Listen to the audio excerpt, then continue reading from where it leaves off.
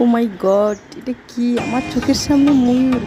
সত্যি বলতে আমি কোনোদিনও ভাবতে পারিনি যে আমার চোখের সামনে ময়ূর আসবে। আমি অনেকবার গেছি পার্কে ঘুরতে, সবাই বলতো যে এখানে নাকি খুব সুন্দর সুন্দর ময়ূর আছে, ময়ূর নাকি সামনে বেরায়, বৃষ্টির সময় বেরায় বিশেষ করে। তো এখন তো বৃষ্টি নেই, এখন তো প্রচণ্ড রোদ, তো কোনো দিন আমার সামনে আসেও নি।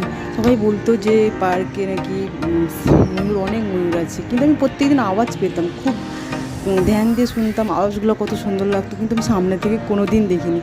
তো আজকে ফার্স্ট টাইম আমি পার্কে গিয়ে ময়ূর দেখতে পেলাম, ওটাও আমার চোখের সামনে, পুরো কাছাকাছি ছিল। আমি একটুখানি ভিডিও করতে পেরেছি, বেশি করতে পারিনি, কিন্তু আমি দেখে সত্যি আমার মনটা পুরো হ্যাপি হয়ে গেছে।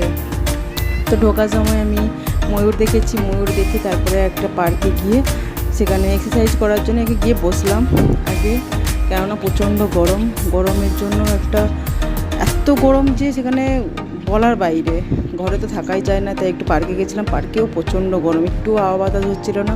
তো একটুখানি বসার পরে ভেতরের দিকে গিয়ে এখানে যেখানে বসে আছি সেইখানটায় একটু একটু করে হাওয়া হচ্ছিল, তো সেইখানে একটু বসলাম। বসার পরে একটুখানি ভাবলাম যে না, ভিডিওটা একটু বানায়, একটা ভিডিও ছোটোখাটো ভিডিও হয়ে যাক। তো ভাবলাম বসতে বসতে 2-4টা ভিডিও করলাম। ভিডিও করার পরে আমি সেখান থেকে বেরিয়ে এসে এক্সারসাইজ করব। তো এক্সারসাইজ করার আগে আমি যাচ্ছিলাম, যেতে যেতে আওয়াজটা পেলাম ময়ূরের, আবার একটা আওয়াজ পেলাম, কিন্তু আমি দেখতে পাচ্ছিলাম না, কিন্তু আওয়াজ পাচ্ছিলাম। আওয়াজটা আমাকে এত সুন্দর লাগছিল, ওর জন্য মনে হচ্ছে আমার চোখের সামনে, আমি যেন তাকে ধরে আনবো এমন কিন্তু মনে হচ্ছিল। তো আমি তো পুরো খুশি হয়ে গেছি সেদিনকে, আমার চোখের সামনেও ময়ূর ছিল, আমি ময়ূরের আওয়াজও এত স্পষ্ট করে পাচ্ছিলাম, তোমরাও নিশ্চয়ই পাচ্ছ আওয়াজটা। তো আমি তো পুরো হ্যাপি হয়ে গেছিলাম। তো সেখান থেকে আসার পরে